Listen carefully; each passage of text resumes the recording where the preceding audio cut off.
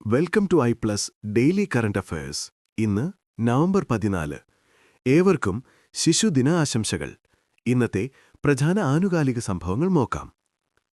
Is of doing business റാങ്കിങ്ങിൽ കേരളം വീണ്ടും മികച്ച പ്രകടനം കാഴ്ചവെച്ചു.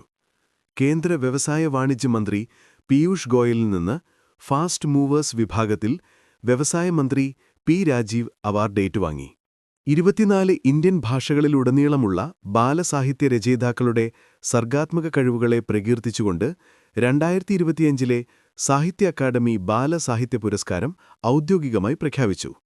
മലയാളത്തിനുവേണ്ടി ശ്രീജിത്ത് മൂത്തേടത്ത് തന്റെ പെൺകുനികളുടെ വങ്കരവിൽ എന്ന നോവലിന് അവാർഡ് നേടി.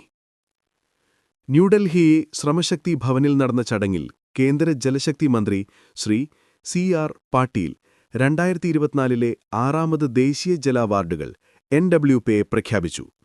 മികച്ച സംസ്ഥാനത്തിനുള്ള അവാർഡ് മഹാരാഷ്ട്രയ്ക്ക് ലഭിച്ചു. തൊട്ടുപിന്നാലെ ഗുജറാത്തും ഹരിയാനയും. ഡെയിലി കറന്റ് അഫയേഴ്സ് ലഭിക്കാൻ ഇപ്പോൾ തന്നെ ചാനൽ സബ്സ്ക്രൈബ് ചെയ്യൂ.